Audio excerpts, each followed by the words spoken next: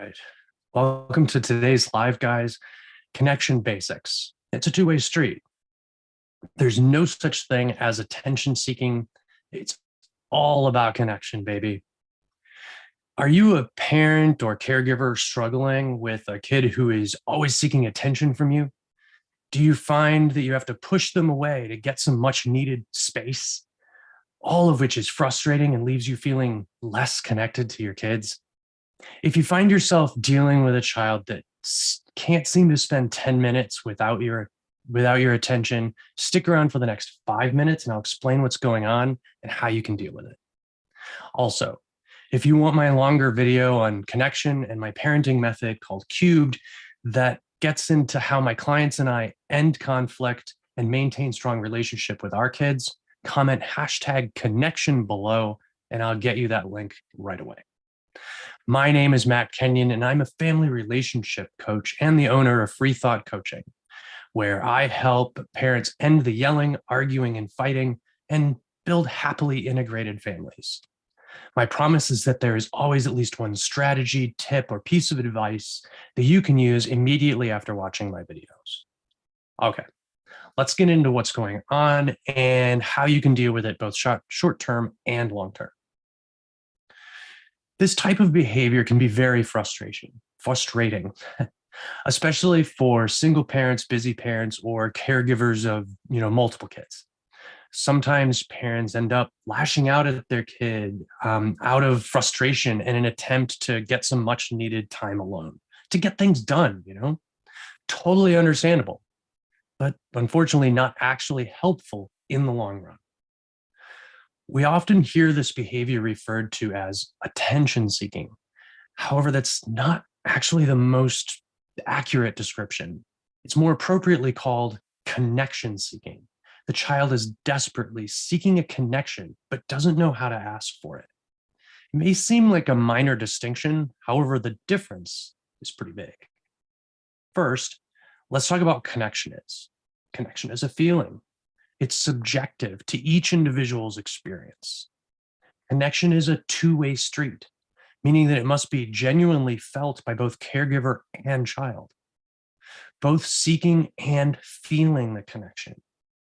Connection can't be faked or forced, and it must be led by the parent through actions. Connection comes from intentional actions and nonverbal communication.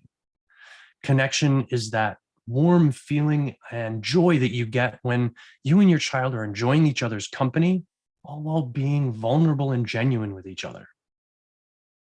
Now that you have an idea of what connection is, let's talk about attention seeking versus connection seeking. So modern research suggests that what we call attention seeking is actually about connection rather than attention. The connection-seeking behavior comes from the child's need to feel that they exist as an important part of your world. Many times the child doesn't feel that they have enough of a connection with you to meet their needs. It's not your fault. It's okay. Remember, connection is subjective. No matter how much you feel like you are connecting with your child, if the child does not feel that connection, then it literally doesn't exist for them. Focusing on the connection that is lacking or felt lacking by them, instead of it being just attention seeking, allows you to see the need that the child is trying to express to you rather than focusing on your frustration. You see, if you think of it as the child seeking a felt connection between you, instead of attention seeking behavior who wants something from you, you can then provide them with that need. You can fulfill that need and end the frustration. When you focus on meeting their need for connection and validation from you, it opens the door to communication and understanding on both sides. You get to be connected to and in communication with your kids on a whole new level. So the long-term strategy is to find ways to increase your child's subjective experience of connection with you. But what about short-term solutions? Let's get into it. Short term is actually an easy fix that may be hard to implement in the moment if you're stressed. I use the acronym SACK, S-A-C-K, to remember what to do when I'm dealing with connection-seeking behavior. It stands for stop what I am doing, acknowledge their struggle to feel connected, connect with them for 5 to 10 minutes, and keep going with my day. Never, if you can help it, put off a kid who is seeking connection.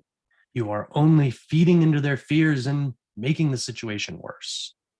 That's why we stop first and take a deep breath if you need to recenter yourself. Acknowledge the lack of connection they are experiencing so that they can feel heard and understood. Connect with them through a shared experience or together time for only 5 to 10 minutes. And then you and your child can keep going with your day with a lot less stress.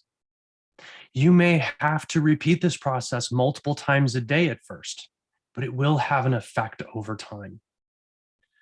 Again, if you want my longer video on connection and my parenting method called Cube that gets into how my clients and I maintain stronger relationships and gets more into depth on this idea of connection versus attention, comment #connection below and I'll get you that link ASAP. Thanks for watching. Have a great day. Happy parenting.